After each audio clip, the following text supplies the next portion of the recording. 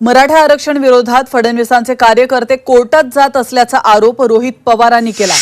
तर सत्तेतील लोकांकडे अधिकार आहे, मात्र तरीही ते आरक्षणाबाबत निर्णय घेत नसल्याचं यावेळी रोहित पवार यांनी म्हटलंय। आरक्षणासाठी रोहित पवारांचा पाठिंबा असल्याचंही त्यांनी यावेळी स्पष्ट केलंय। तर मराठा समाजाला आरक्षण मिळावं यासाठी सरकारने प्रयत्न करावे असं देखील आवाहन त्यांनी केलंय।